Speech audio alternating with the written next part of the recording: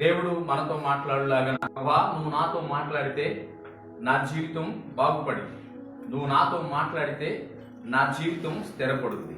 కానీ మాట్లాడుతున్నావు కానీ మేమే వినలేకపోతాం. చాలా జాగ్రత్తగా గమనించాల్సిన విషయం ఏంటంటే, దేవుడు నీతో ఏదో మాట్లాడాలనుకొని ఆయన ఇక్కడ ఉంటాడంట. కానీ నువ్వేమనుకుంటే నాకు అనుకూలంగా మాట్లాడని మాట్లాడతావంట. అర్థమవుతుందా మీకు? అమ్మా, వచ్చిన కాడ నుంచి తలలో ఉంచుకోకుండా కొద్దిగా తలలో కూడా పైకి ఎత్తుతా ఉంటే మీకు వాక్యం అర్థమవుతుంది. వినండి, జాగ్రత్తగా వినండి, జాగ్రత్తగా గమనించాలి. దేవుడు నీకేదో చెప్పాలనుకుంటాడంట. నువ్వు రాగానే నాకు అనుకూలంగా ఏమన్నా మాట్లాడితే బాగుండు. నాకు అనుకూలంగా అంటే ఏంటి? నీకు నచ్చినట్టు మాట్లాడాలి, నువ్వు మెచ్చినట్టు మాట్లాడాలి, నిన్ను తృప్తిపరిచేటట్టు మాట్లాడాలి, నిన్ను బాధించకూడదు, నిన్ను కోపంతో మాట్లాడకూడదు, నీకు బుద్ధి చెప్పేటట్టు మాట్లాడకూడదు. ఎలా మాట్లాడాలంటే అన్ని నాకు అనుకూలంగా మాట్లాడాలి అని ఆలోచన కలిగి ఉంటామంట. మందిరానికి వచ్చే ఊరైనా అంతేనంట. కానీ ఎవరైతే దేవుని మందిరానికి వచ్చి దేవుడు ఏ విధము చేత నన్ను గద్దిస్తాడో, ఏ విధము చేత నాకు బుద్ధి చెబుతాడో, ఏ విధము చేత నన్ను మందలిస్తాడో, ఏ విధము చేత నాకు ఆయన మార్గాన్ని చూపిస్తాడో అది తెలిస్తే బాగుండని మందిరానికి అలా గనక ఒక రాగలిగితే వాళ్ళ జీవితం కట్టబడును గాక. దేవునికి స్తోత్రం. జాగ్రత్త గమనించాలి.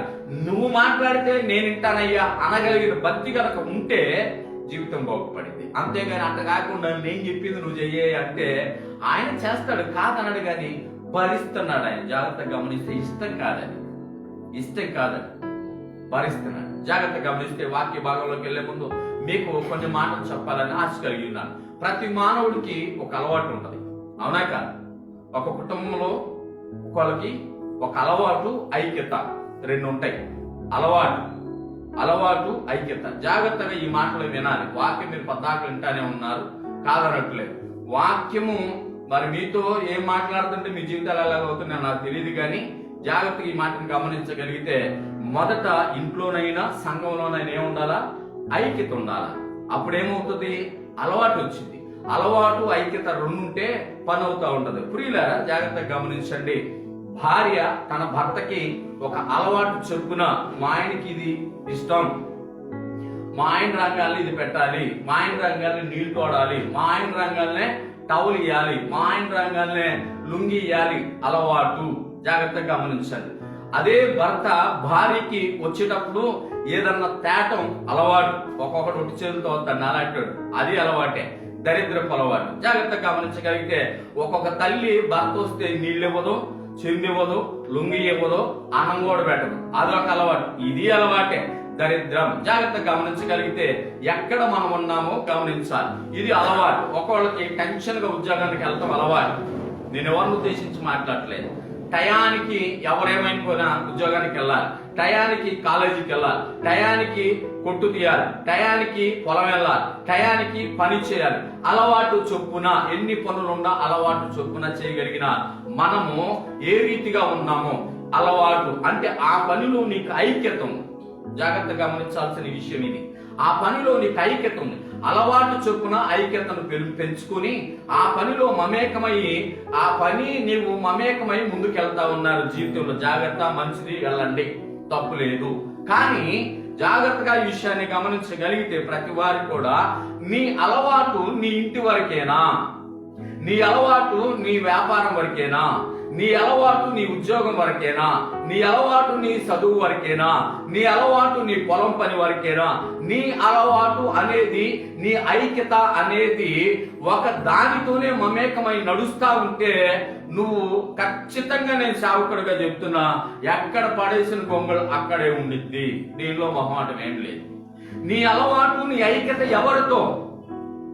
నీ పనితో నీ ఐక్యత, నీ అలవాటు కొనసాగిస్తూ ఉన్నవేమో. జాగ్రత్త. ప్రియులారా, అలవాటు చెప్పకుండా చేయగలుగుతాం ఇవన్నీ. ఏంటి?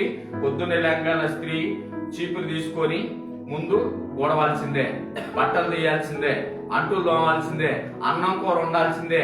ఆ పనితో మమేకమై అలవాటుగా ఐక్యత కలిగి పని చేస్తా ఉన్నాం.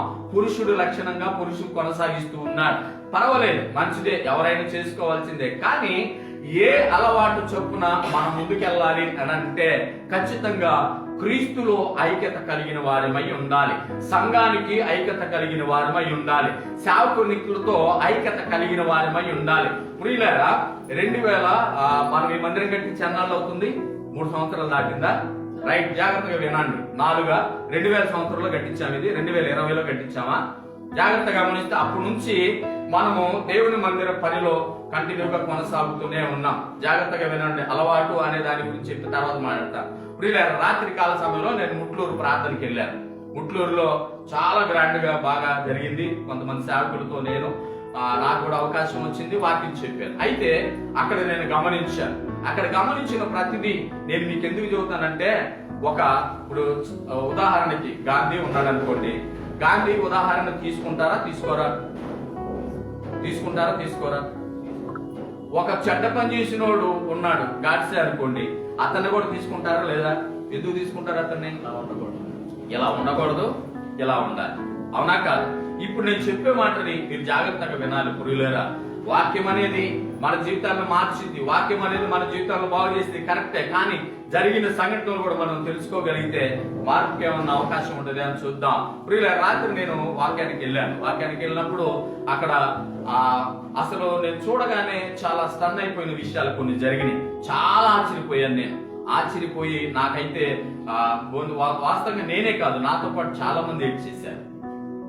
ఎందుకు ఆలోచన చేస్తే, ఒక 11 సంవత్సరాల పిల్లోడు, 11 సంవత్సరాలు కూడా ఉండవు నాకు తెలిసి ఆ పిల్లోడికి, 5వ పిల్లోడు. ఆ పిల్లోడు కెమెరా పెట్టి అక్కడ స్టూల్ వేసుకొని నుంచొని వీడియో తీస్తున్నాడు. ప్రతి వాళ్ళకి సజెషన్ ఇస్తున్నాడు. అతను నువ్వు ఎలా ఉంటే సైకిల్ చేస్తా ఉన్నాడు. ఎందుకు ఆ పిల్లోడు అలా చేస్తున్నాడు అని అంటే, ఆ పిల్లోడికి అలవాటయింది, ఐక్యత ఉంది ఆ పనితో. దేవుని స్తోత్రం. ఎంత చక్కగా అంటే ఆ పిల్లోడిని చూస్తే ముచ్చటేసింది నాకు. ఎంత ముచ్చట అంటే చాలా ముచ్చటేసింది. తర్వాత 40 రోజులు ఉపవాస ప్రార్థనలు జరిగినాయి. 40 రోజులు ఉపవాస ప్రార్థనలో పాల్గొన్న వాళ్ళు రండి అని అంటే, వాళ్ళందరికి కూడా 40 రోజులు ఉపవాసం చేసిన వాళ్ళకి ఒక సర్టిఫికెట్, ఒక బహుమానం, ఒక గిఫ్ట్ ఇచ్చారు. చాలా బాగుంది. తర్వాత 21 రోజు వచ్చిన వాళ్ళకి రండి అని అంటే 21 రోజు వచ్చారు, వాళ్ళకి ఇచ్చారు. తర్వాత సేవకుడు బలిపీఠం మీద నుంచొని అన్నాడు, అమ్మా 7 రోజులు ఉపవాస ప్రార్థనలో ఉండేవాళ్ళు రండి అని అన్నాడు. అనగానే 7 రోజులు ఉపవాస ప్రార్థనలు ఉండేవాళ్ళు వస్తే నేనేమనుకున్నానంటే, 40 రోజులు చేసిన వాళ్ళకి ఒక బహుమానము ఒకటి ఇచ్చారు, ఒక సర్టిఫికేట్ ఇచ్చారు. 21 రోజు వాళ్ళకి కూడా ఇచ్చారు. 21 రోజు వాళ్ళకి ఏమి ఇచ్చారంటే సిల్వర్ మెడల్ ఇచ్చారు. ఇలా ఇచ్చారు. వీళ్ళకేమిస్తాడు? మహా అయితే ఏదన్నా చిన్న బహుమానం ఇస్తారేమో అనుకుంటే, పాస్టర్ గారు వాళ్ళు రాగానే పౌత్ తీసుకొని వీళ్ళు చేసిన పనికి నేను వీళ్ళకి బహుమానం ఇయ్యను. 7 రోజులేగా చేసింది, అంతే కదా? 7 రోజులే చేసింది, బహుమానం ఏమి ఇయ్యను. కానీ వీళ్ళకి ఇవ్వాల్సింది ఒకటి ఉంది, నేను ఇస్తానని బోర్ నేట్ చేసి వాళ్ళందరి కాళ్ళు నిలబెట్టి 7 స్త్రీలు కాళ్ళు పట్టుకొని బోర్ నేట్ చేశాడు. ఒక సేవకుడు ఒక విశ్వాస కాళ్ళు పట్టుకోవటం ఎంతవరకు సగం.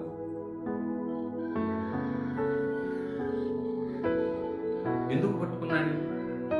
40 రోజులు ఉపవాసం చేసిన వాళ్ళు కాళ్ళు పట్టుకోవాలా, 21 రోజు ఉపవాసం చేసిన వాళ్ళు కాళ్ళు పట్టుకోవాలా, 7 రోజులు పరిచర్యతో కూడిన ఉపవాస ప్రార్థన చేసిన వారు కాళ్ళు పట్టుకొని ఏడిస్తే వాళ్ళు ఏడ్చి ఏడుపుకి ఎవరైనా ఏడవలసింది. అంతగా ఏడ్చాడు. ఎందుకు అనంటే, వీళ్ళు చేసిన త్యాగం ఎక్కడున్న వాళ్ళు ఎవరు చేయలేదు. చెప్పలు కూడా దేవుడు, వీళ్ళు చేసిన త్యాగం ఎవరు చేయలేదు. నేను రమ్మనలేదు, నేను పొమ్మనలేదు, నేను పిలవలేదు. వాళ్ళకై వాళ్ళు వచ్చి, వాళ్ళకై వాళ్ళు చేసిన పరిచర్య 7 రోజులు ఉపవాసం ఉండి వాళ్ళు చేసింది పచ్చి మంచినీళ్లు తప్ప మరి ఏమి తీసుకోకుండా కటిక ఉపవాసం ఉండి నన్ను గైడ్ చేసిన వారు, నన్ను బలపరిచిన వారు ఈ తల్లులని వాళ్ళ కాళ్ళ మీద పడి ఆయన ఏడుస్తుంటే దరిదాపు 1/2 గంట సేపు ఎవ్వరు కూడా ఆ దాని నుంచి బయటకు వచ్చిన వాళ్ళు లేరు. ప్రియులారా, జాగ్రత్త. ఏముంది వాళ్ళకైనా నేను ఆలోచన చేస్తే రాత్రి వాళ్ళకి ఆ ఐక్యత ఉంది. సేవకుడితో ఉన్న ఐక్యత, బాధ్యతల మీద ఉన్న ఐక్యత, భారం మీద ఉన్న ఐక్యత, సంఘం మీద ఉన్న ఐక్యత అలవాటైపోయింది. ఆ అలవాటు ఉంది కాబట్టి ఐక్యతలో నడుస్తా ఉన్నారు ప్రియులారా. కాబట్టి ఈ ఐక్యత కలిగి జీవించగలిగిన మనస్సు ఎందరికి ఉంటుందో వారు దీవించబడతారు, ఆమె ఆశీర్వదించబడతారు ప్రియులారా. నిజంగా చెబుతున్నాను. మరి మనకున్న అలవాటు ఏంది ఒకసారి గమనించండి. మీరు మనకున్న అలవాటు ఏంది? మైక్ లేదు, సంఘాల వాళ్ళందరికీ అర్థమయ్యేలాగా చెబుదాం అనుకున్నాను. ప్రియులారా, సంఘాలతో మీకున్న ఐక్యత ఏంటి? సేవకుడితో మీకున్న ఐక్యత ఏంటి? సేవకుడితో మీకున్న ఐక్యత, దేవుడితో మీకున్న ఐక్యత, అలవాటు, దేవుడితో నడిచే అలవాటు ఉందా మీకు? అసలు దేవుడితో నడిచే అలవాటు ఉంటే సంఘంతో నడిచే అలవాటు ఉంటుంది. సంఘంతో నడిచే అలవాటు ఉంటే సేవకుడితో నడిచే అలవాటు, మమేకమయ్యే అలవాటు ఉంటుంది. ఆ మమేకమైతే ఏముంటుందో తెలుసా? నా సంఘానికి ఏం కావాలి, నా సేవకుడికి ఏం కావాలి, మా దేవునికి ఏం కావాలి. జాగ్రత్త గమనించగలిగితే 27వ తారీఖున మన చర్చి ప్రతిష్ట.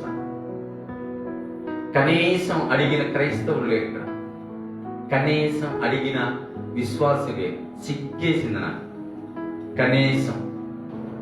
కనీసం అడిగిన వారు లేరు. ఏమేమంటదంటే, ఉద్యోగానికి వెళ్తా సాయంత్రం ప్రార్థన పెట్టుకున్నావా? సాయంత్రం ప్రార్థన అడగపోయినా బాగుండేది అనిపించింది. చాలా బాధ చేసింది ఆ మాట. అడగపోయినా బాగుండేది. ఎందుకో తెలుసా? నీకు సమయం వచ్చినప్పుడు దేవుని మందిరానికి రాకూడదు. నీకు సమయం లేనప్పుడే దేవుని మందిరానికి రావాలి. నీకు అవకాశం లేనప్పుడే ఆయన పాద సన్నిధిలో నీ అలవాటును బట్టి, నీకున్న ఐక్యతను బట్టి దేవుడి దగ్గరికి రావాలి. అంతేగాని నువ్వేదో అవకాశం చూసుకొని, అలవాటును బట్టి కాకుండా అవకాశాన్ని చూసుకొని దేవుని మందిరానికి వస్తే అది దేవునికి మహిమ కాదు, నీకు పెద్దగా పనికి వచ్చేది కూడా కాదు. ఎవరైనా ఒకటే. ఇక్కడ నాకు నిజంగా చాలా సిగ్గేసింది, బాధ వేసింది. నేను ఒక్కడనే వచ్చాడు కూర్చొని, చాలాసేపు కూర్చున్నాను. నేను ఒక్కడనే వచ్చాను, చాలాసేపు కూర్చున్నా. ఒక 3 సేవకులు వచ్చారు, వాళ్ళతో తర్వాత నిజంగా మీరందరూ ఎలా పాపం బిజీగా ఉంటారు. ఎవరు ఫోన్ చేయడానికి ఫోన్లు లేవు, మాట్లాడడానికి మరి మనసు లేదు, లేకపోతే మాటే రాలేదో నాకు తెలీదు. కనీసం స్పందన లేదు. ఒక సాంబయ్య వచ్చి నన్ను అడుగుతున్నాడు, ఏమండి ఇవాళ 27 కదా, 27వ తారీఖున ఫంక్షన్ ఏదో చేస్తారే, ఎందుకని చేయలేదు అని అడిగితే నాకు ఏడుపు వచ్చింది. నేను ఎక్కడ కూర్చున్నాను, ఆయన అక్కడ కూర్చొని మీద కూర్చున్నాడు. బాధ వేసింది, ఏడుపు వచ్చింది. ఏం లేదులేండి అని అన్నాను. అంతలో వేరే వాళ్ళు వచ్చారు. ప్రియుల జాగ్రత్త గమనించండి. ఎందుకంటే చెయ్యకపోవడం, నీ పెళ్లి రోజు, నీ ఇంట్లో నీ బిడ్డల పుట్టినరోజు, నీ బిడ్డలకు కావాల్సినవి, నీ భార్యకి, నీ భర్తకి, నీ కుటుంబానికి కావాల్సిన ప్రతి దాని మీద ఒక అలవాటు ఉంది, ఐక్యత ఉంది. అన్ని వింటున్న వారు ప్రతి వారు కూడా జాగ్రత్త గమనించాల్సిన విషయం ఏంటంటే, నీవు ఎంత వెనక్కి దేవుని పనిలో వెళ్తా ఉంటావో నీ జీవితంలో కూడా వెనకే ఉంటావు. ఖచ్చితంగా చెప్పగలను. నేను ఆవేదనతో చూడలేదు. ఆశపడి ప్రాణాన్ని తృప్తిపరిచే దేవుడు అనే కీర్తన గ్రంథంలో చదివారు 9వ వచనంలో. జాగ్రత్త గమనించండి. నువ్వు ఆశపడితే నీ ప్రాణాన్ని తృప్తిపరుస్తాడు, నువ్వు కోరుకుంటే నీ కోరికల్ని తీరుస్తాడు. చెయ్యాలని నేను ఆశపడలా. ఎందుకో తెలుసా? ఒక్కళ్ళగాతే ఒక్కళ్ళు ఏం చేద్దాం అన్న విశ్వాసం లేదు ఈ మందిరంలో. నేను బాప్తిస్తాను లేదా ఎవరికి? నేను కష్టపడి వాక్యాలు చెప్పలేదు ఎవరికి? నేను కష్టపడి కనలేదా? నేను కష్టపడి కన్నానే. మీరు 9 నెలలు కష్టపడి కన్నారు పిల్లల్ని, ఆడవాళ్ళు. మీరు 24 సంవత్సరాలు 25 సంవత్సరాలు పెంచుతున్నారు ఆ పిల్లల్ని కష్టపడి. కానీ నా బ్రతుకులంతా కూడా మీకోసం నేను కష్టపడాలి. ప్రతిరోజు మిమ్మల్ని మీరు మర్చిపోయిన నేను మిమ్మల్ని మర్చిపోను. నేను మీ ఆత్మీయ తండ్రిని. నాకు ఆశ ఉండదా? నా కోరిక ఉండదా? మా అబ్బాయి ఉద్యోగం చేసి బాగా సంపాదించి నన్ను ఉన్నత స్థాయిలో ఉంచాలా అని తల్లిదండ్రులు ఆశపడుతున్నారు. ఆత్మీయ తండ్రిని నాకు ఆశ ఉండదా? కనీసం ఒక్కళ్ళన్నా అడగదా అండి? మీకు ఐక్యత లేదా? సంఘంగా మీకు అసలు మీ ఇంట్లోనే ఐక్యత లేదనుకుంటా. మీ ఇళ్లలోనే, మీ ఇళ్లలో అంటే ఇవి నాతో, నా కుటుంబంతో కూడా మాట్లాడుతున్నాను. నేను మిమ్మల్ని ఒక్కను కాదు, బయటికి ఉన్న క్రైస్తవులు కూడా సిగ్గు రావాలి. ఐక్యత ఎవరితో? నీ తిండితో నీకు, నీ తాగుడుతో నీకు, నీ తిరుగుడుతో నీకు, నీ ఆలోచనతో నీకు దేవుని పని మీద ఐక్యత లేకపోతే అలా ఒక విశ్వాసి కాళ్ళు పట్టుకోవడం అంటే మామూలు విషయం కాదు. ప్రియులను గమనించాలి. దేవుడితో, దేవుడి సేవకులతో ఐక్యత ఉన్నవారు ఎలా ఉంటారో ఒక ఇద్దరిని చూపించి నేను వాక్యాన్ని ముగిస్తాను. నిజంగా చాలా బాధ వేసింది. పురిగారు, నేను బాధతో మాట్లాడుతున్నాను అంతే, కనీసం చెయ్యొద్దు. నేను ఒక మాట చెప్తున్నా, మన దగ్గర లేదు, చేయలేదు, కనీసం అడగటానికి నోరు లేదండి. అడగాలి. కేజీ కేక్ తెచ్చుకుంటాం పుట్టినరోజు, ప్రతి సంవత్సరం 2 కేజీలు తెచ్చుకుంటామండి. డబ్బులు లేవు, ఎంత తెచ్చుకుంటాం? 1 కేజీ ఎంత తెస్తాంగా. 27వ తారీఖు మా పెళ్లి రోజు అండి. డబ్బులు లేవండి, నిజంగా డబ్బులు లేవండి, కానీ కేక్ కట్ చేసాం. ఎందుకు? 100 మందికి అన్నం పెట్టలేమండి. కనీసం మన వరకన్నా మనం కూడుకుంటే పలహారం పెట్టుకుంటామే. పెట్టినామండి? పలహారం పెట్టినామా? న్యాయమేనా మీకు? ఆలోచించి కనీసం మన కుటుంబాల వరకన్నా మనం కూర్చొని ప్రార్థన చేసుకుంటాం. ఒక్కరికన్నా ఆ తప్పన ఉందండి. ఆదివారం కూడా ప్రార్థన పెడితే వస్తున్నారు. ఆదివారం కూడా ప్రార్థన పెడితే వస్తుంది. శనివారం మీద ఆశ లేదు, శనివారం మీద ఆశ లేదు. ఏంటి మాస్టర్ గారు రాలేదని అడిగేవాళ్ళు లేరు. ఏంటి మాస్టర్ గారు ఇలా ప్రార్థన ఉందా అని ఫోన్ చేసేవాళ్ళు లేరు. ఫోన్లు మీరు ఊరికి చేయరు ఫోన్లు. అందుకని నాకు వచ్చి మంచిది, మీరు అలాగే ఎదగాలి. నిజంగా కనీసం మన కుటుంబాల వరకన్నా మనం రక్షించబడిన వాళ్ళం. మనం అందరం ఒక సంఘం, ఒక కుటుంబంలో ఒక ఐక్యత అనేది లేదు. కనీసం 500-700 మందికి అన్నాలు పెడతాం మనం, లేదు తీసే. కనీసం మన కుటుంబాల్లో పలహారం పెట్టుకోవడానికి కూడా అర్హులు కాదండి. నిజంగా నేను చాలా జాగ్రత్తగా, నేను చాలా మంది దగ్గరికి వెళ్ళి పౌరుషంగా రోషంగా వాక్యం చెప్తున్నా. ఈ లైవ్ కూడా చూస్తున్నా, చూడాలి అందరూ నన్ను చూడాలి, నాకు సిగ్గు రావాలి. అందుకే నేను మాట్లాడుతాను లైవ్ లో కూడా. ఇంత ఖచ్చితంగా చెప్పి నీకే సిగ్గు లేదు, నీకే గతి లేదు, నువ్వు సంఘాలకు వచ్చి రోషంగా వాక్యం చెప్తావు. రాత్రి ఒక ఆమె సూపర్ వాక్యం చెప్పి 5 నిమిషాలు చెప్పాను. ఏం ప్రయోజనం? ఎంత సూపర్గా చెప్పినా నా కుటుంబంలో ఐక్యత లేదని ఒక బాధ, సమాధానం లేదు. నిజం ప్రియులారా, చాలా సిగ్గేసి బాధ వేసింది. సిగ్గు తర్వాత సంగతి భలే బాధ. అది పెట్టలేదు మీకు అవసరం. గమనించండి ప్రియులు, ఒక మాట చెప్తాను నేను. పాత నిబంధన గ్రంథంలో 2 సమూయేలు 2:17లో కొంతమంది ఉంటారు. అక్కడ దావీదు అక్క షెరూయా అని ఒక ఆమె కనపడింది. ఆమెకు 3 కొడుకులు ఉంటారు. ఆ 3 పేరు చెప్పగలరా? యోవాబు, అభిషేక్, అషాయేలు. ఎవరిది? బైబిల్ ఇప్పుడు తీయొచ్చు, నేను ఇలా చెప్పినప్పుడు మీరు తీయొచ్చు. 2 సమూయేలు గ్రంథము 2వ అధ్యాయము 17వ వచనంలో ఏముందో చూస్తారు ఒకసారి.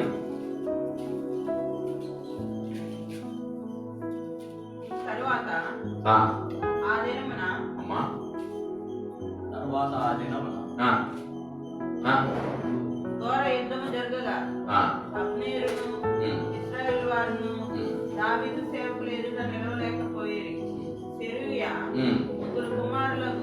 షెమీయా 3 కుమారులకు యోవాబు, అభిషేయును, ఆషాహేలును అచ్చట నుండి విందాం. మీరేం చెప్పాలి సార్? మీరు తర్వాత వీళ్ళ 3 గురించి. ఈమె ఎవరంట? ఎవరైనా దావీదుకి అక్క. ఇక నా మాటలు మీరు వినాలి. దావీదుకి అక్క, దావీదు అక్క షెరూయా కుమారులు 3 అంటారు. ఈ 3 దావీదు దగ్గర పనిచేసేవాళ్ళు. ఏం పని చేసేవాళ్ళు? అంటుల్లో నీళ్లు తెచ్చేవాళ్ళు కాదు, గొడ్డు కాడ గడ్డేసి పేడకళ్ళు తీసేవాళ్ళు కాదు, గుర్రాలను తీసుకెళ్లి మేత మేపేవాళ్ళు కాదు. ఎవరిల్లంటే దావీదు కొరకు ప్రాణం పెట్టడానికి దావీదుతో ఐక్యత కలిగి జీవించే షెరూయా 3 కుమారులు. చప్పటి కూడా దేవుని నామాన్ని కనపరచాలి. ప్రియులారా, వీళ్ళు చేసే పని ఏంటో తెలుసా? యుద్ధాలే, అన్ని యుద్ధాలే. ఎందుకో తెలుసా? నా రాజు బాగుండాలి, నా బావ నా మామ కాదు ఇక్కడ గమనించాలి. మీరు గమనించగలిగితే చెరుయ తమ్ముడు, ఈయన మా మేనమామ, మా మేనమామ కోసం మేము ప్రాణం పెట్టాలని తప్పను కాదు వాళ్ళకి. ఎందుకంటే ఈయన బాగుంటే రాజ్యం బాగుంటది, ఈయన బాగుంటే దేశం బాగుంటది, ఈయన బాగుంటే ప్రజలు బాగుంటారు, ఈయన బాగుంటే మేము బాగుంటాం, ఆయన బాగుంటే సమస్తము బాగుంటది. కాబట్టి ఈ రాజును కాపాడుకోవాల్సిన బాధ్యత మాది అనని వాళ్ళు ముగ్గురు తీర్మానం చేసుకున్నారు. ముగ్గురుగా కనపడుతున్నారు కానీ ఒకటే మనసు, ఒకటే ఆలోచన, ఒకటే కోరిక, ఒకటే తపన. ప్రియులను జాగ్రత్త గమనించగలిగితే ఏంటయ్యా మీకు అంత ఇదంటే ఆ సేవకుడి మీద వాళ్ళకున్న మమకారం అటువంటిది. రక్త సంబంధం అనుకోవచ్చు, కాదు కాదు ప్రియులేరా, అది పని చేస్తే కొంతవరకే పని చేసింది. బంధువులు అనుకోవచ్చు, అది పని చేసినా కొంతవరకే పని చేసింది. వాళ్ళ భయం ఏంటంటే మొదట దావీదును బట్టి దేవుడు తెలుసుకున్న వ్యక్తులాడు. కావాలంటే మీరు చూసుకోవచ్చు. దేవుని నామాన్ని మహిమ గాక. జాగ్రత్త గమనించగలిగితే దావీదును బట్టి దేవుడు తెలుసుకున్నారు. దేవుడు చేసే అద్భుత కార్యాలు దావీదు పట్ల చూశారు. కాబట్టి దావీదు కోసం ప్రాణం పెట్టడానికి డిసైడ్ అయ్యారు. చాలా సార్లు యుద్ధాలు జరిగినాయి. దావీదు కన్నా ఎక్కువ మంది చంపింది వీళ్ళే, ఒక మాటలో చెప్పాలంటే, తెలుసా? కానీ దావీదు పేరు మళ్ళీ అలా రాదు. ఎందుకు రాదు అంటే అతను నాయకత్వం వహించిన వాడు, ఆయన టీమును నడిపించగలిగిన వాడు, ఎలా చేయగలిగినో తెలిసిన వాడు, వీళ్ళ కోసం ఎంత కష్టపడ్డాడో ఆయన అన్ని అనుభవించిన వాడు. జాగ్రత్త గమనించగలిగితే ఈ ముగ్గురు ఆయన కోసం త్యాగం చేస్తుంటే ఆయన తల్లి ఏంట్రా కన్న తల్లి నన్ను వదిలేసి ఆడి కోసం పనిచేస్తున్నారని మాట మాట్లాడిన దాఖలాలు ఎక్కడ కనపడవు. జాగ్రత్తగా గమనించగలిగితే దావీదుకి సహోదరులు ఇద్దరు ఉన్నారంట. ఆ సహోదరులు ఇద్దరు పేరు, ఒక ఆమె పేరు షెరియా, ఇంకొక ఆమె పేరు మీకు ఐడియా ఉందా? లేదు, తెలియదు మనకి. ఎందుకంటే ఫేమస్ ఫిగర్ మాత్రమే చూస్తాం, చక్కని దాన్ని చూస్తాం, చక్కనోడిని చూస్తాం, అందగాన్ని చూస్తాం, ఎత్తు కలిగినోడిని చూస్తాం, మిగతా వాళ్ళని చూడం. ఎందుకని? పక్కనే ఉంటే మనకు అవసరం లేదు. ఆమె పేరు మికాయేలు అని ఉంటుంది. ప్రియులారా, జాగ్రత్త గమనించగలిగితే మీరందరూ కూడా ఆ విషయాన్ని గమనించాలి. అయితే షెరూయా కుమారుడికి ఎందుకు అంత పేరు వచ్చిందంటే ఆ కుమారుడు ముగ్గురు ఒక పేరు, ఒక అలవాటు మీద ఉన్నారు, ఒక ఐక్యత మీద ఉన్నారు. ఆ ఐక్యతను బట్టి వాళ్ళకి అంత పేరు వచ్చింది. దావీదు రాజు కోసం త్యాగం చేసేవాళ్ళు, దావీదు రాజు కోసం యుద్ధాలు చేసేవాళ్ళు, దావీదు కోసం ఐక్యత కలిగి అందరినీ ఒక యుద్ధంలో ఆశయాలు చనిపోతాడు. చనిపోయిన తర్వాత యోవాబు అభిషేక్ మాత్రమే ఉంటారు. ఈ యోవాబు అభిషేక్ ఫిలిప్పీలు ఒక చోట యుద్ధం చేయడానికి వచ్చినప్పుడు రెండు తెగలకు వస్తారు. ఫిలిప్పీలో పక్కన, అమాలేకీలో పక్కన వస్తారు అనుకుంటా. మేబీ నేను పొడిగా చెబుతున్నాను, వినండి. వస్తే ఈ యోవాబు అంటాడు, అబ్బాయి తమ్ముడు లేకపోతే అన్న అయితే పిలిచి, ఇగో నీవు పలానోళ్ళ మీదకి వెళ్ళు, నేను వీళ్ళ మీదకి వెళ్తా. నేను గనక యుద్ధంలో ఏడన్నా జారిపోయేటట్టుంటే నువ్వు వెంటనే వచ్చి నన్ను ఆదుకో. ఒకవేళ నువ్వేదన్నా యుద్ధంలో జారిపోయేటట్టుంటే నేను వచ్చి నిన్ను ఆదుకుంటా. ఏదేమైనా దేవుడు చిత్తం ఏమై ఉన్నదో అదే జరుగును గాక అన్నాడు. చప్పట్లు కొట్టండి ఒకసారి. ప్రియులారా, ఏమన్నాడు? ఏదేమైనా సరే దేవుడు చిత్తం ఏమై ఉన్నదో, ఆయన ఇష్టం ఏమై ఉన్నదో అది జరుగును గాక. దానికి అర్థం ఏంటంటే మన ప్రాణం పోయినా సరే ఈ హద్దు దాటి వెళ్ళడానికి ఏం లేదని తిరగబడి నిలబడిన వారు, ఆ ముగ్గురికి ఉన్న ఐక్యత మనకెందుకు లేదు అని అడుగుతున్నాను. నీ సంఘం కాదా? నీకు సంబంధం లేదా? ఆ పాస్ గారికి చేసుకుంటాడా అంత లేదు, ఆ పాస్ గారు చేసుకుంటాడా లేక లేదు. నిజంగా చెప్తున్నా, ఆశపడే ప్రాణాన్ని తృప్తిపరచు దేవుడు. నేను ఆశపడలేదు కాబట్టి నన్ను తృప్తిపరచలేదు ఆయన. ఈ మాట నేను పబ్లిక్ గా చెప్పగలను. ఎందుకో తెలుసా? నాకు నిరుత్సాహం వచ్చేసింది మీ అందరిని బట్టి. ఏమి చేయకపోయినా పర్లేదు, ప్రోత్సహించడం కూడా చేతగాని మీకు నేను వాక్యం చెప్తానని చూసావా, దానికి బాధేసింది. ప్రోత్సహించడం కూడా చేతగాని నీకు నేను వాక్యం చెబుతున్నాను చూసావా, నాకు అందుకు బాధేసింది. ఏం చేయకపోయినా పర్లేదు, వీళ్ళకి శుభకార్యాలు జరిగితే చేయరా అండి, చేయరా? నిన్న ఆమె చేశారు, వాళ్ళ అమ్మాయి పెళ్లి చేయలేదా అండి? నిజంగా రూపాయి బిళ్ళ తీసి ఆమె నెత్తి మీద పెడితే ఆమె పావులా కొంటారండి? కొనరు. కానీ 2-3 లక్షలు పెట్టి చేసిందండి. ఏనండి, అంటే ఉదాహరణ చెబుతున్నాను. పోనీ నన్ను తీసుకోండి, నా మీద రూపాయి పెడితే నన్ను 10 పైసలు కొనరు. సంఘాలు కడుతున్నానండి, ఆత్మలు పడుతున్నానండి, సువార్త ప్రకటన చేస్తున్నానండి.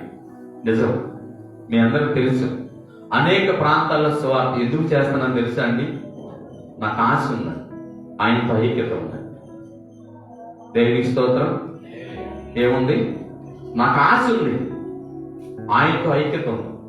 సువార్త చెప్పకుండా ఉంటే నాకు చాలా కష్టం. మీరు అందరూ అనుకోవచ్చు, వాస్తవం చెప్పాలంటే అందరికి పడుకుంటే నడుము నొప్పులు తగ్గుతాయి, నీరసం పోయింది కదా, నేను పడుకుంటూ వస్తాయండి నాకైతే. నిజం, ఒకరోజు ఇంటి దగ్గర పడుకోవాలంటే నాకు చాలా బాధ. దేవుని పని ఎక్కడొక చోట ఉంటే బాగుండు, చిన్న ప్రార్థన ఒక మనిషి కన్నా చేయగలిగితే బాగుండు అని తపన కలిగి ఆయనతో ఐక్యత కలిగి ఉంటానండి. ఆయన నన్ను ప్రోత్సహిస్తాడండి, నేను వెళ్ళి వాక్యం చెప్తాను. చాలా మంది అడిగారండి నన్ను, కానీ మీలో ఒక్కళ్ళు కూడా అడగరు. చాలా మంది అడిగారు, ఇవాళ 27 కదా ఏం చేయట్లేదా, ఇవాళ 27 కదా ఏం చేసావని అడిగిన వాళ్ళు ఉన్నారండి. కానీ ఎవరు అడగరు. మా ఇంట్లో కూడా సార్ ఎవరు అడగలేదు. జాగ్రత్తగా ఉంచు. దేవుడితో ఐక్యత లేకపోతే దేవుడి పని. దావీదనే రాజును గెలిపియటమే మన ధ్యేయం. దేవుని స్తోత్రం. దావీదు రాజు కోసం ప్రాణం పెట్టడమే మన పుట్టకున్న లక్ష్యం. దేవుని స్తోత్రం. దావీదు ఒక్కడే దావీదు కోసం కాదు చేసుకుంటుంది, దావీదు దేవుడు పని చేస్తున్నాడు, దావీదుకు మనం పరిచయం చేస్తున్నాం. కాబట్టి దేవుడు మనల్ని కూడా వాడుకుంటాడని ఆశ కలిగింది. కాబట్టి మంచి చరిత్ర పాలుగా ఉండాలని. దావీదు కన్నా ఎక్కువ యుద్ధాలు చేసిన వాళ్ళు, దావీదు కన్నా ఎక్కువగా పోరాడిన వాళ్ళు, దావీదు కన్నా ఎక్కువగా కూడా జయించిన వారాళ్ళు, ఒక్కొక్కళ్ళుగా వెళ్ళి కూడా చాలా మందిని గెలిచారంట. కేవలం దావీదు మీద ఉన్న ప్రేమ, దేవుని మీద ఉన్న నమ్మకం, ఐక్యత. దేవునికి స్తోత్రం.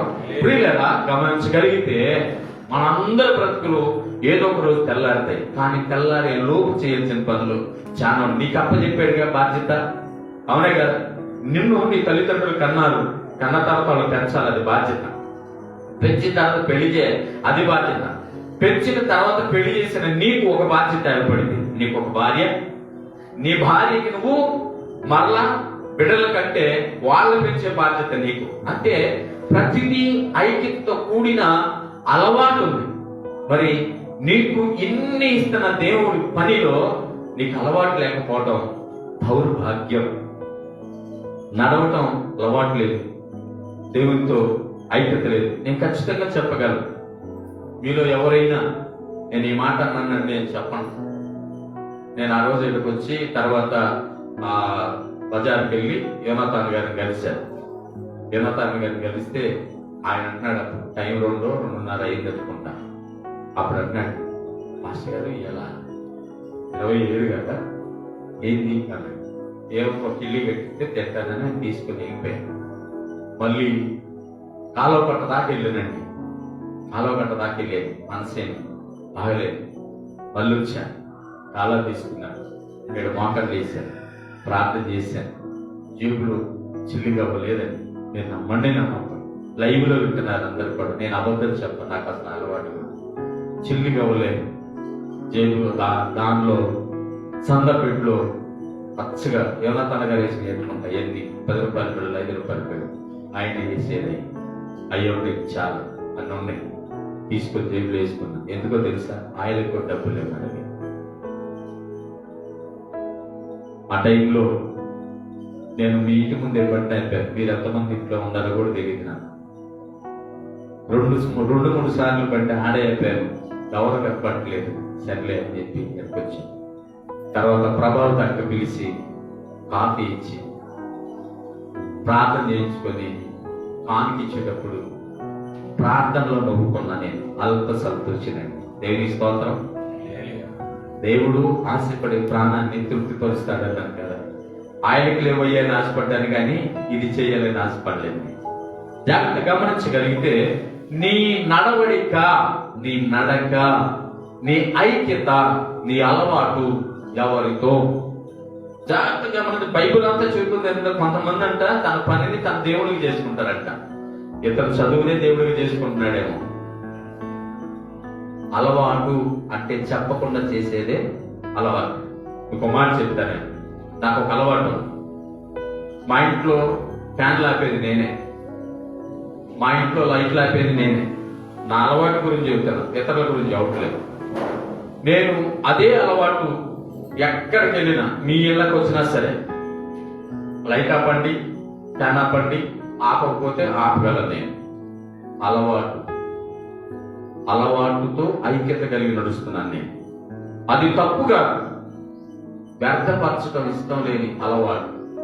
కొంతమంది చూస్తారు కళ్ళతోనే, ఏముందో తిరిగితే తిరిగిద్ది, ఎలిగిద్ది, మనకేం కావాలి? మన పని కావాలి. బ్యాడ్ అలవాటు. సంఘంలో నీ అలవాటు ఏంటి? సంఘంలో నీ అలవాటు ఏంటి? ఉదయాన్నే లేచి వచ్చి ఊడ్చే అలవాటు ఉందా? ఉదయాన్నే లేచి వచ్చి మందిరాన్ని శుభ్రం చేసే అలవాటు ఉందా? ఇంట్లో నీ అలవాట్లన్నీ బాగానే ఉంటాయి. ఆ మూలన పాస్ ఉంది, ఈ మూలన పాస్ ఉంది, ఇక్కడ అది ఉంది, అక్కడ ఇది ఉందని అన్ని బాగు చేసుకుంటున్నాం. మందిరంలో ఈ అలవాటు ఏంటి? పాట పాడేటప్పుడు లైవ్ పెడతాం. అలవాటు ఇంకొకరు గుర్తు చేస్తే రావడం కాదు, మర్చిపోవాలి. మర్చిపోయేది కూడా ఉన్నాయి. దేన్ని మర్చిపోవాలో తెలుసా? బ్యాడ్. ఈ విషయం పదే పదే గుర్తు చేసినందుకు బాధ పెడుతుంది అనుకున్న దాన్ని మర్చిపోవాలి. అందుకు ఇచ్చాడు ప్రతిపరుపు దేవుడు. తెలుసా మీకు అసలు? ఏమండి,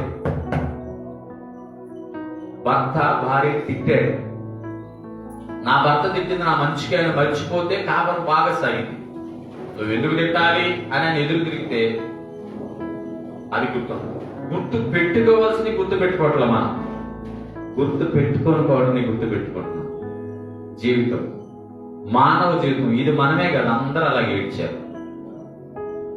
జాగ్రత్త గమనించగలిగితే ప్రతి వారు గుర్తు పెట్టుకున్న విషయం ఏంటంటే, ఒక బాధ ఇచ్చే విషయాన్ని పదే పదే పదే పదే పదే పదే స్మరించుకుంటున్నా కానీ బాగు చేసే విషయం చెబితే చెవుకి ఎక్కట్లేదు. ఆ విషయంలో కనుక నువ్వు జాగ్రత్త పడగలిగితే నీ జీవితాన్ని మార్చుకుంటావు. మారుస్తాడు దేవుడు. దేవునికి స్తోత్రం, హల్లెలూయా. జాగ్రత్త గమనించగలిగండి. మీ విషయాన్ని గమనించండి ప్రియులారా. మీరందరూ కూడా ఆ దేవుడు ఐక్యత కలిగి దేవుడు ఒక అలవాటు అయిపోవాలి. పొద్దున్నే లేకుండా టీ తాగడం అలవాటు మనకి. టీ తాగకపోతే మైండ్ పని చేయదు. దాంతో ఐక్యత అయిపోయాం. ఏం తినకూడదో ఏం తినొచ్చో అది అలవాటు చేసుకున్నాం. కానీ జీవితాన్ని ఇచ్చి అన్నిటిని సమకూర్చిన దేవుడితో నడిచే అలవాటు లేదు. ఆయనతో ఐక్యత లేకపోయింది క్రైస్తవ సంఘాలకు. ఈ మాట చెప్పగలరు ఖచ్చితంగా. కొత్త నిబంధనలో ఒక మాట చదువుకుందాం రండి ప్రియులారా. కొత్త నిబంధనలో ఇంకా 10 నిమిషాల్లో నేను ఈ వాక్యాన్ని ముగించడానికి ఇష్టపడను. కొత్త నిబంధనలో యోహాను సువార్త 14వ అధ్యాయం 12వ వచనంలో ఈ కొన్ని మాటలు చదువుకుందాం. చూద్దాం ఒకసారి ప్రియులారా. ఏదేమైనప్పటికీ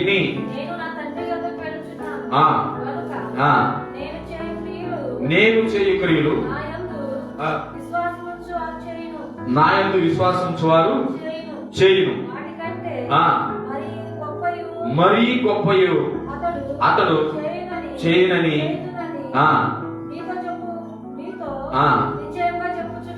మీతో నిశ్చయముగా చెప్పుచున్నాను. చాలు ప్రియులారా, ఇక్కడ ఈ మాటలు గమనించండి.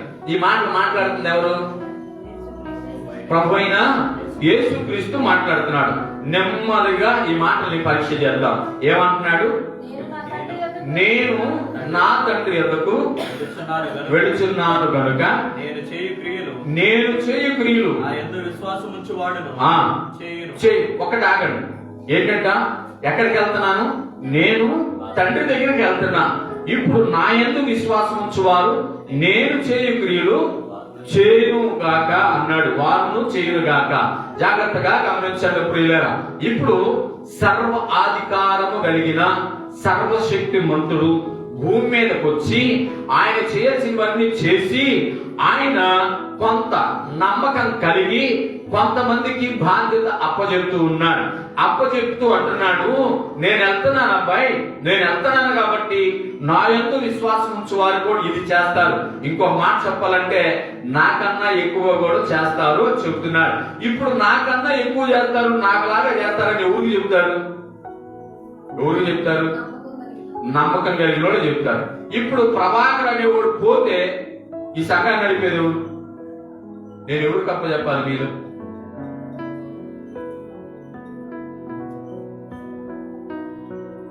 చూసావు, నేనున్నా అనగలిగినోడు లేరాడు.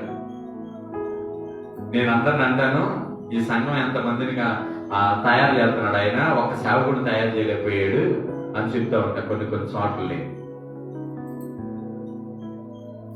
నాకులాగా వాక్యం చెప్పగలిగిన వాడు ఉన్నాడా అంటే నేను ఉన్నానండి అని చెప్పగలను. నీకన్నా బాగా చెబుతా అని చెప్పగలిగిన క్రైస్తవుడు ఉండాలి, ప్రతి సంఘంలో ఉండాలి. ఇప్పుడు నేను ఎవరికి నమ్మి సంఘాన్ని అప్పచెప్పాలి? ఎవరు నాతో ఐక్యతతో ఉంటున్నారు? ఎవరు నాతో కలిసి నడుస్తున్నారు? ఎవరు నాతో కలిసి ఆయనతో నడవడానికి ఇష్టపడుతున్నారు? ఎవరు నన్ను ఎన్నుకొని ఏర్పాటు చేసుకోవాలి? ప్రియులారా జాగ్రత్త. కట్టించుకున్న ఆయన, నిలబెట్టుకున్న ఆయన ఏదో చేస్తాడు, అది వేరే విషయం. కానీ నాకంటూ ఇతడు ఉన్నాడు ఇక్కడ అని చెప్పగలిగిన వాడు కావాలిగా, అవునా కదా? ఇప్పుడు 4 కుమారులు ఉన్నారు. 4 కుమారుల్లో ఆ 3 తీసే గాని 7 నన్ను బాగా చూస్తారు. ఏమండి ఉండరా? అనరా? అలాంటి తల్లిదండ్రులు అనరా? మరి నాకు లేదే? జాగ్రత్తగా గమనించగలిగితే ఈయనేమంటున్నాడంటే, ప్రభువైన యేసుక్రీస్తు వారు మాట్లాడుతున్న మాట, నేను నా తండ్రి యొద్దకు వెళుచున్నాను గనుక నేను చేయు క్రియలు నా యందు విశ్వాసం ఉంచువాడును చేయును, వాటికంటే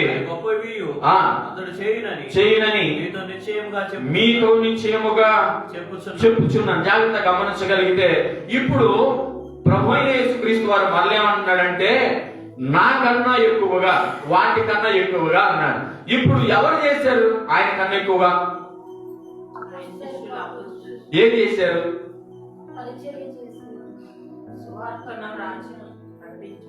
సువార్తను దేవుని స్తోత్రం. మీ అందరిని బట్టి దేవుని కనపరుస్తున్నాను నేను. ఎందుకంటే మీరు ఏం చెప్తారనుకున్నానంటే, నేను ఆయన కన్నా స్వస్థతలు చేశారు, కుంటోళ్ళు లేపారు, గుడ్డోళ్ళు లేపారు, చచ్చిపోయిన వాళ్ళు లేపారండి అన్నాడు. మీరు సువార్త అన్నారు, దాంట్లో ఇది కూడా కలిస్తే నేను కల్పన కానీ ఒకటి నిజమే. యేసుక్రీస్తు వారట ఎక్కడి వరకు వాక్యాన్ని ప్రకటన చేశాడు? యెరూషలేము సరిహద్దులు వారికి మాత్రమే ప్రకటన చేశాడట దేవుని వాక్యాన్ని. అయితే ఆయన దానికన్నా గొప్పది చేస్తాడు అని ఎందుకు చెప్పారంటే, ఆయన నమ్మి 4, 10 మందో, 12 మందో, 100 మందికో బాధ్యత అప్పచెప్పాడు. ఏ బాధ్యత? సర్వ సృష్టికి వెళ్ళి. మార్కు సువార్త 16-15లో రాయబడి ఉంటుంది. తీయండి ఒక మాట. పురిలేదా జాగ్రత్తగా గమనించగలిగితే ఆయన ఏమంటున్నాడంటే, నన్ను నమ్మి ఎవడైతే ఉంటాడో, నా మీద విశ్వాసం ఉన్నాడు, వాడి ఆటికన్నా ఎక్కువ గొప్ప అన్నాడు. ఎక్కువ కూడా కాదు. ఏమన్నాడండి? మరియు మీరు సర్వలోకమునకు వెళ్ళి సర్వ సృష్టికి సువార్తను ప్రకటించండి. దేవునికి స్తోత్రం. హల్లెలూయా. ఎందుకు ఆ మాట అక్కడ వాడాడు అంటే, ఈ మాట కోసం. ప్రియులారా, ఎందుకు అని అంటే, నాకన్నా ఎక్కువ అని ఎందుకన్నాడంటే, ఆయన మీద విశ్వాసం ఉంటే నిజమే. ఇప్పుడు మనం ఒక మనిషిని నమ్మితే, ఆ మనిషి మీద విశ్వాసం ఉంటే, అతను చేసే పనుల్లో మనం కూడా నాకన్నా చాలా బాగా చేసావు, నేను కూడా ఇంత బాగా చేయలేని అనిపించుకుంటాం. అయితే దేవుడు మానవుని నమ్మాడంట. అక్కడ గమనించాల్సిన విషయం ఇది, అవునా కాదు? నువ్వు మనిషిని నమ్మితే అది వేరే విషయం. కానీ దేవుడు మనిషిని నమ్మాడట. దేవుడే మనిషిని నమ్మి మనిషికి పని అప్పచెప్పాడట. ఆ పని ఎలాంటి పని అంటే, నాకన్నా గొప్పగా పని చేస్తావు. ఏ పని చేస్తావనంటే, మీరు వెళ్ళి సర్వ సృష్టికి సువార్తను ప్రకటన చేయండి అని అంటే, ఒక్కొక్కళ్ళు ఒక్కొక్క తీరు, ఒక్కొక్కళ్ళు ఒక్కొక్క మార్గం, ఒక్కొక్కళ్ళు ఒక్కొక్క వేలి ఎన్నుకొని ఆ దేవుని కోసం ప్రాణం పెట్టిన వైనం కనపడుతూ ఉంది. చప్పటి కూడా దేవుని నామాన్ని కనపరచాలి ప్రియులారా. పాత నిబంధనలో దావీదు కోసం ప్రాణం పెడతానికి సిద్ధమయ్యారు వాళ్ళందరూ. కొత్త నిబంధనలో దావీదు కుమారుడైన ప్రభువైన యేసుక్రీస్తుకి కోసం ప్రాణం పెట్టడానికి సిద్ధమయ్యారు ఆది అపోస్తలులో. జాగ్రత్త గమనించగలిగితే మన భారతదేశానికి వచ్చిన తోమా దేవుని కొరకు ప్రాణం పెట్టాడు. ఆయనకు ఒక అలవాటు ఉంది. మొదట అనుమానించేవాడు, తర్వాత విశ్వసించాడు, తర్వాత ఏమయ్యాడు? దేవుడితో మమేకమయ్యాడు. తర్వాత ఏమైంది? అలవాటుగా మార్చుకున్నాడు, బాధ్యతగా స్వీకరించాడు. కాబట్టి ఏంటితో వెళ్తావా అంటే నేను వెళ్ళనన్నాడంట మొదట. తర్వాత నేను వెళ్తానయ్యా అన్నాడంట. ప్రాణం పెడతానికి ఏం చేశావు నువ్వు? దేవుడి కొరకు ఏం చేశావు? ప్రాణం అడగట్లేదు నీది, నీ అన్నం అడగట్లేదు, నీ ధనం అడగట్లేదు, నీ ఆస్తిపాస్తులు అడగట్లేదు, నీకు కలిగినది ఏది అడగట్లేదు. నా మీద ఎంత మనసు పెట్టుకోమని అడుగుతున్నాడు. ఏ మనసు ఉంది నీకు దేవుని మీద? పురుగులగా ఆయనతో మమేకమై ఆయనతో ఐక్యత కలిగి జీవిస్తాం. ఎన్ని సంవత్సరాల నుంచి దేవుని వాక్యాన్ని వింటున్నాం మనం. ఐక్యత లేని బ్రతుకులు బ్రతుకుతున్నాం మనం. ఐక్యత ఉంటే ఆశపడే ప్రాణాన్ని తృప్తిపరిచే దేవుడు నా దేవుడు. నేను ప్రకటిస్తున్న వాడు సజీవుడు, ఆయన ఉన్నాడు, ఆయన ఉన్నతుడు. ఆయన కన్నా గొప్ప కార్యాలు చేయాలంటే ఏం చేయాలా? ఆయన మీద విశ్వాసం ఉంచాలి. ఆ విశ్వాసం ఉంటే, మన విశ్వాసం ఎంతవరకు చెప్పనా? మాకు డబ్బులు కావాలి, మాకు ఆస్తి కావాలి, మాకు ఉద్యోగం కావాలి, మాకు తినడానికి మంచి ఫుడ్ కావాలి, కట్టుకోవడానికి మంచి బట్టలు కావాలి. ఈ క్రిస్మస్ కి మేము అసలు కొత్త కొత్త బట్టలు, నగలు, చాలా మంది స్పెషల్ గిఫ్ట్లు కూడా తీసుకుంటారు. ఇవి కావాలి. దేవుని మీద మన మనసు అని, దేవుని మీద మన మనసు. రాత్రి వాక్యం చెప్తూ నేను అన్నాను, బెత్లెహేములో సందడి, యెరూషలేములో సందడి అని చెప్పి తెగ పాటలు పాడేసి గంతులు వేస్తూ డాన్సులు వేస్తూ అంగరంగ వైభవంగా చేస్తున్నారు సెమీ క్రిస్మస్ అని. బెత్లెహేములో సందడి అని పాట పాడుతున్నారు. నీ జీవితంలో ఉందా సందడి? నీ బ్రతుకులో ఉందా సందడి? నీ కుటుంబంలో ఉందా సందడి? నీ వీధిలో ఉందా సందడి? నీ గ్రామంలో ఉందా సందడి? అసలు ముందు నీ దగ్గర ఉందా? నీ దగ్గర నీ దగ్గర సందడి పెట్టుకోవాలని ఎవడో సందడి, ఎక్కడో సందడి అని. బెత్లెహేములో సందడి, వాళ్ళే సందడి. నీకెందుకు ఉందా? నీకు నీ బ్రతుకులో సందడి తెచ్చుకో. ముందు నీ బ్రతుకు మారితే నీలో సందడి ఉంటుంది. యేసు నీలో ఉదయిస్తే నీలో సందడి ఉంటుంది. యేసు నీ ఇంటికి రక్షణ తీసుకొస్తే నీలో సందడి ఉంటుంది. ఇది లేకుండా బెత్లెహేములో సందడి నీకెందుకు? అక్కడ నీ బ్రతుకులో సందడేది? నీ ముఖం వికృతంగా మార్చుకుంటా, చూడనల్లని ముఖం ఆయన చేసుకున్నాడు. నీకెందుకు? నువ్వు చూడ చక్కగా ఉండాలి కదా. వీళ్ళారు జాగ్రత్త.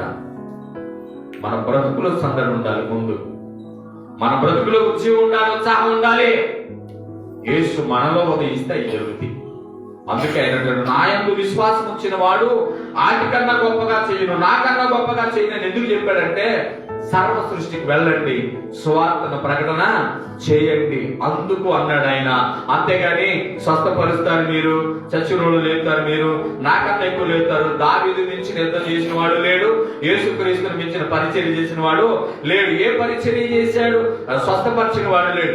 ఏ పరిచర్య చేశాడంటే ఆయన కన్నా గొప్పగా ప్రాణాలకు తెగించి ఆయనతో ఐక్యముతో, ఆయనతో అలవాటుగా ఆయన సువార్తని ప్రకటన చేశారు. ఈయనే నిజమైన దేవుడు. చప్పట్లు కొట్టండి ఒకసారి.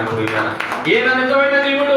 ఆయనకు నేను అలవాటయ్యా, ఆయనతో నాకు ఐక్యత ఉంది, ఆయనతో నాకు సమాధానం ఉంది, ఆయనతో నాకు అన్నీ ఉన్నాయి. కాబట్టి నేనేం చేస్తానంటే ఆయన సువార్తను ప్రకటన చేస్తా, నా ప్రాణం పోయే అంతవరకు అని. ఎవరికి వాళ్ళలో స్త్రీలు కూడా బోల్డ్ మంది ఉన్నారు. దేవుని స్తోత్రం. హల్లెలూయా. శిష్యురాండ్రులు ఉన్నారంట ఆయనకి. మరి నిన్ను బట్టి ఏమనాలి? నిన్ను బట్టి ఎన్ని సంవత్సరాలు ప్రార్థనకి వెళ్తారు? యేసుక్రీస్తు శిష్యురాలిగా ఒక్కరోజు జీవించావా?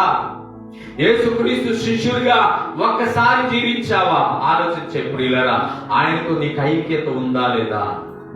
దేవుడితో ఐక్యత ఉంటే సేవకుడితో ఐక్యత ఉంటుంది, సేవకుడితో ఐక్యత ఉంటే సంఘంతో ఐక్యత ఉంటుంది, సంఘంలో ఐక్యత ఉంటే నీకు ఇంట్లో సమాధానం కలుగును గాక. ఆమేన్. ప్రియులారా, ఏమంటున్నాడు ఆయన? సర్వ సృష్టికి వెళ్ళి ఏం చేయాలా? మీరు సర్వలోకమునకు వెళ్ళి సర్వ సృష్టికి సువార్తను సర్వ లోకమునకు వెళ్ళి సర్వ సృష్టికి సువార్తను ప్రకటించుడి. ఏమిచ్చాడు ఆయన? ప్రకటిస్తారా అని అడిగాడా? ఆర్డర్. ఎవరికి ఆర్డర్ వేస్తాం? నేను వెళ్ళిపోతానా పలా చోటకి, నేను వచ్చేవరకు ఈ పని చేయాలి. నమ్మకం ఉన్నాడు చెప్తాడు. 100 సార్లు లేపించుకున్నాడు పని చెప్తాడు. ఎవడదు చెప్పినోడు కొద్దిగా అయ్యి ఉన్నాను. నాకు లాభం నిజం. నేను నిజంగా సిగ్గుపడుతున్నా ఈ విషయం. ఎందుకు సిగ్గుపడుతున్నానంటే, ఒక మాట 10 సార్లు లేపించుకొని మర్చిపోయి అంటారు. అలా మర్చిపోవటం అంటే ఏంటి? ఒక్కసారి అని అనకుండా చెబితే మర్చిపోవటం అలవాటు, అది పొరపాటు. అని అనకుండా అదే మాట 10 సార్లు చెప్తే నేను ఎవరు ఉద్దేశించి అంటున్నా, కానీ అందరికి అవసరం ఇది. ఎవరికి? ఒక్కళ్ళే కాదు నేను అంటుంది, అందరికి అవసరం. అన్ని బాగున్నాయి, అన్ని అలవాటు చేసుకున్నావు, అన్నిటితో ఐకమత్యం ఉన్నావు. సర్వశక్తి మంతుడితో ఐక్యత లేదు, ఆయనతో నడిచే అలవాటు లేదు. ఎంత దారుణం అండి ఈ మాటను. నిజంగా మళ్ళీ బాధ వేసింది.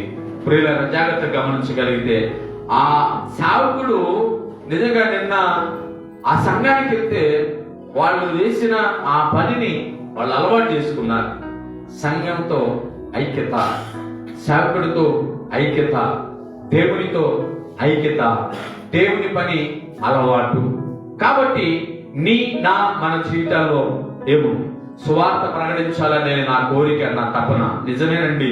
ఎందుకు పనికిరాని నేను దేవుని పని చేయాలని ఆశ కలిగి ఉన్నాను, ఆయనతో ఐక్యత కలిగి ఉన్నాను, అలవాటు చేసుకోవాలని తపన పడ్డాను. కాబట్టి ఈ రోజున అనేక ప్రాంతాల్లో ఎంత పెద్ద సేవకులు ఉన్నా సరే ధైర్యంగా వాక్యం చెప్పడానికి నాకు అవకాశం ఇచ్చాడు దేవుడు. దేవునికి స్తోత్రం.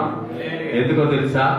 నాకు ఆయన వాక్యాన్ని చెప్పడం ఇష్టం, ఆయనతో నడవటం ఇష్టం. రేపు పెద్ద పరిధిలో 4వ తారీఖున మెసేజ్ చెప్పాలి. వాళ్ళు నెల రోజుల క్రితం నా దగ్గర డేట్ తీసుకున్నారు. నిన్న ఫోన్ చేసి ఒక ఆయన అంటున్నాడు, అయ్యా పలానా పాస్టర్ గారంటే ఈ ఊర్లో బాగా ఫేమస్, ఆ పాస్టర్ గారంటే వీళ్ళకి ఇష్టం, కానీ నువ్వు చాలా జాగ్రత్త చెప్పాలి అంటాడు ఆయన. నన్ను పిలిచిన ఆయన నువ్వు చాలా జాగ్రత్త చెప్పాలి అని. అతనికి ఎవరో చెప్పారంట, ఒక అబ్బాయి, ఒక అపనస్తుడు చెప్పాడంట, ఆ పాస్టర్ గారు బాగా వాక్యం చెప్తాడంట. దీనంతటి కారణం ఏంటంటే, ఎంత పెద్ద గొప్పోళ్ళు ఉన్నా ఆయన కన్నా గొప్పోళ్ళు ఉండరు. ఆయన నన్ను, నా గుండెని చెదరనీయుడు, నా గుండెని బెదర్నీయుడు, నా గుండెలో, నా మనసులో, నా హృదయంలో కలవరం పుట్టనీయుడు. అందుకని ఎవరి ముందైనా నేను వాక్యం చెప్పగలుగుతున్నాను. చెప్పగలదా? ఒకసారి లేదా? జాగ్రత్త. నీకు ఈ ఆశ ఉందా? నీకు ఈ ఐక్యత ఉందా? నీకు ఈ అలవాటు ఉంటే దేవుడు నిన్ను బలపరుస్తాడు. కాబట్టి జాగ్రత్తగా గమనించమని ప్రభు పేరిట మనం చేస్తున్నాం. ఇంకో మాట చెప్పి నేను ముగింపులోకి వెళ్తాను. చూద్దాం లేదా? ఇంకొక మాట చూద్దాం. మత్తయి సువార్త 28వ అధ్యాయము 28, 29, 28, 19 చూద్దాం ఒకసారి. మత్తయి సువార్త 28వ అధ్యాయం 19వ వచనం. మీరు వెళ్ళి సమస్త జనులను. రెండోది ఏమంటున్నాడు? మొదటి మాట ఏమన్నాడు? సువార్తను ప్రకటన చేయండి అన్నాడు. అంతకన్నా ముందు మాట ఏమన్నాడు? నా మీద విశ్వాసం ఉంటే గొప్ప కార్యం చేస్తాడని. తర్వాత ఏమన్నాడు? సువార్త ప్రకటన చేయి. మూడోది ఏమంటున్నాడు? శిష్యులుగా చేయండి. ఇప్పుడు ఆయనకి ఈ నూతన యెరూషలేము ప్రార్థన మందిరంలో ఎంతమంది శిష్యులు ఉన్నారు? ఎంతమంది శిష్యురాండ్రులు ఉన్నారు? ఇది కూడా మీరు కౌంట్ చేసుకోవాలి. పిల్లరా, శిష్యులను చేయండి. చదువుదాం అమ్మా, చదవండి. మొదటి నుంచి చదవరా? మీరు వెళ్ళి సమస్త జనులను, వీళ్ళని వాళ్ళని అని మినహాయించలేదు, వాళ్ళని వీళ్ళని మినహాయించలేదు, యూదులని, ఇశ్రాయేలుని, గ్రీకు దేశస్తులని మినహాయించలేదు, సమరయులని లేక ఇంకొకళ్ళని మినహాయించలేదు. ఏమన్నాడు? సమస్త జనులను శిష్యులనుగా చేయుడి. తండ్రి యొక్కయు ఏంటంట? ఈ మాటలను అండర్లైన్ చేసుకోండి. చాలా మంది సేవకులు ఏమంటున్నారంటే తండ్రి కాదు, కుమారుడు కాదు అని ప్రకటన చేస్తా ఉన్నారు. తండ్రి యొక్కయు, కుమారుని యొక్కయు పరిశుద్ధాత్మ యొక్కయు గై కొనవాలనని వారికి బోధించుడి. చాలా జాగ్రత్తగా గమనించాలి. ఇప్పుడు యేసు ప్రభు వారు ఏమంటున్నాడు? తండ్రి యొక్కయు, కుమారుని యొక్కయు పరిశుద్ధాత్మ యొక్కయు నామములోనికి తీసుకురండి అన్నాడు. నామాలలోకి అనలేదు. ఇప్పుడు చాలా మంది యేసుక్రీస్తుని అవమానపరిచే వాళ్ళు, యేసుక్రీస్తుని గణపరిచే వాళ్ళు ఈ నామాలు లేవు, వీటి గురించి చెప్పకూడదు అన్నాడు. ఇప్పుడు ఆయన ఏమంటున్నాడు? నేను చెప్పిందే చెయ్యండి అన్నాడు. అవునా కదా? నేను చెప్పిందే బోధించండి వారికి అన్నాడు. ఇంకొక మాట ఏమన్నాడంటే నేను సదాకాలము ఉండువాడని అని కూడా అన్నాడు. ప్రియులారా, అవునా కదా? అన్నాడా లేదా అక్కడ? ఆయన సదాకాలం ఇప్పుడు చెప్పి వెళ్ళిపోయేవాడు, ఇప్పుడు వచ్చి పోయేవాడైతే అది ఏముందలే అనుకోవచ్చు. కానీ ఇక్కడ తండ్రి యొక్కయు, కుమారుని యొక్కయు పరిశుద్ధాత్మ నామములోకి తీసుకురండి బాప్తిస్తంలో కంటే ఒక్కొక్కరు ఇప్పుడు 2 సార్లు బాప్తిస్తారు. ఇది ఒక రెట్టమాతం అదిరిపాటు. చదివిన చదువును బట్టి, ఉన్న జ్ఞానాన్ని బట్టి, దేవుని యొక్క వాక్యాన్ని కూడా పెడదారిని బట్టి ఇస్తున్న సేవకులు చాలా మంది ఉన్నారు. ప్రియులారా, అయితే ప్రభు అయిన యేసుక్రీస్తు వారు అంటున్నాడు, ఆయన చెప్తున్నాడు తండ్రి యొక్కయు, కుమారుని యొక్కయు పరిశుద్ధాత్మ నామములోకి వారిని తీసుకురండి బాప్తిస్తంలోకి. ఇంకోటి ఏంటంటే నేను మీతో సదాకాలం ఉంటాను, నేను ఏమేమి చెబుతాను అదే చెయ్యండి అన్నాడు. ఇప్పుడు జ్ఞానం ఎక్కువైపోయింది సేవకులకి. సేవకులను బట్టే విశ్వాసులు, సేవకులను బట్టే సంఘం. అది చేయకూడదు, ఇది చేయకూడదు, ఎవరు చేయకూడదు, బైబుల్ ఆయన నేను ఏం చెప్తే అదే చేయండి అన్నాడు. అంతవరకే, అంతే కదా? చెప్పిన వరకే చేయండి. ఒకడు బలి కోపం వచ్చింది, ఈ పని చేసి నువ్వు వెళ్ళాను అనుకో, ఇది చేసిన తర్వాత అది కూడా చేస్తానంటే అది వద్దులే, ఇంతవరకే చేయను అనుకో. నేను చేస్తానండి. చెప్పింది చేసే అలవాటు నేర్చుకో. ముందు చెప్పింది చేసే అలవాటు నేర్చుకో. ఎంతవరకు చెప్తే అంతవరకు సరే, సరే అమ్మా, సరే నాన్న, సరే పాస్ గారు, సరే భర్తతోనైనా సరేనయ్యా, అంతవరకు. అదెందుకు, ఇదెందుకు, ఎట్టెందుకు, అట్టెందుకు? దేవుడు అతనికి ఒక తాటి ఇచ్చాడు, అది నీకు చెప్పాడు, నువ్వు ఏకీభవించు, అంతేగా? ఇంకా దర్శాలి. అంతవరకు మ్యాటర్ లేదు. నువ్వు మళ్ళీ ఇల్లు మాట్లాడటం వల్ల అక్కడ జరుగుతూనే ఉంటదిగా. జాగ్రత్త. నేను ఏ సంగతులు చెప్తానో అవి మాత్రమే చేయండి. నేను సదాకాలము మీతో ఉండువాడను. దేవునికి స్తోత్రం, హల్లెలూయా. ప్రియులారా, కాబట్టి మనం ఏం చేయాలి? ఆయన చెప్పింది మాత్రమే చేయాలి. వాక్యం మన చెవుల దాకా వెళ్తుంది, హృదయంలోకి వెళ్తలేదు.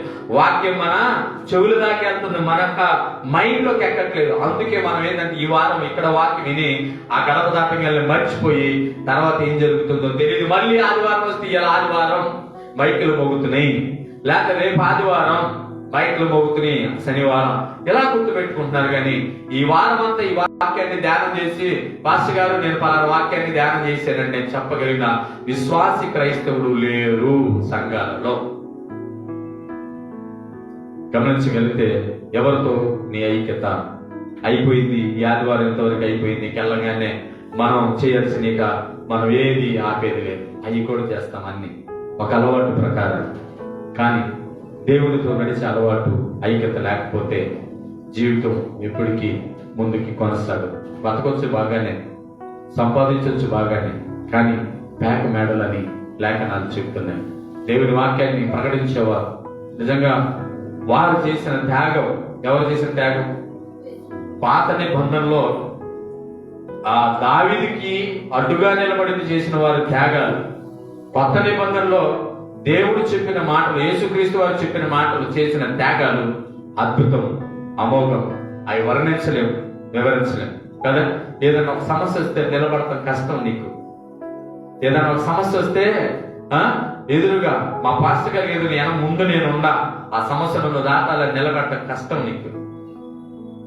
ఈ కోణంలో చూస్తే గిత్తీయుడు ఎత్తై కూడా వచ్చి దావీదు ముందు నిలబడ్డాడంట. దేవునికి స్తోత్రం. ఎవరతడు? ఎవరతడు? కాదు కాదు, గొలియాతు బ్రదర్. జాగ్రత్తగా గమనించి, గొలియాతుకి సంబంధించిన ఆయన కూడా. అవును, ఆయన కూడా ఎవరిని బట్టి? దావీదుని బట్టి దేవుడు తెలుసుకున్నాడంట. ఆయన దేవుని స్తోత్రం. ఎవరిని బట్టి? దావీదుని బట్టి దేవుడు తెలుసుకున్నాడంట. మరి నిన్ను బట్టి దేవుడు తెలుసుకున్న ఒక్క విశ్వాసం చూపించు. ఖాళీ ఉంటే మనం చేయాల్సిన పని చేయకుండా చేయకూడదు పనులు చేస్తూ జీవిస్తున్నాం. ప్రియులారా, నిజంగా ఈ మాట జాగ్రత్తగా గమనించగలిగితే పోయిన వారం మీకు రాయి గురించి చెప్పారు. అమూల్యమైన రాయి మీద ఇల్లు అంతా కట్టబడ్డారు. దేవుని స్తోత్రం. యేసుక్రీస్తు చనిపోయాడు, ఆయన పునాది వేశాడు. ఆయన తర్వాత ఒక శిష్యుడు, ఆయన తర్వాత ఒక శిష్యుడు, ఆయన తర్వాత ఒక శిష్యుడు, అట్ట కట్టి ప్రపంచ చుట్టూ సువార్త ప్రాకారాలను కట్టారు. చప్పట్లు కూడా దేవుని నామాన్ని కనపడతాం. పునాది ఒకటే. ఆ పునాది మీద ఒక్కొక్క రాయిగా క్రైస్తవ సహోదరులు త్యాగం చేస్తే ఇప్పుడు ప్రపంచానికి రక్షణ ప్రభు అయిన యేసుక్రీస్తు వారి పునాది. దేవుని స్తోత్రం. ఏంటంట? ఆ పునాది మీద నీ రాయి నా రాయి మనందరి రాళ్ళు కూడా పెట్టగలిగితే మన బ్రతుకులు చక్కగా ప్రశాంతంగా ఉంటాయి. దేన్ని పెట్టి కట్టావు అనేది కూడా పాలసీ పత్రికకు రాయబడి ఉంది. రెల్లు గట్టి పెట్టి కట్టావా, కర్ర పెట్టి కట్టావా, రాయి పెట్టి కట్టావా, వజ్రం పెట్టి కట్టావా, బంగారం పెట్టి కట్టావా, నీ పనికి నీకు కొలత బట్టి పనికి జీతం ఇస్తాడు. జాగ్రత్త.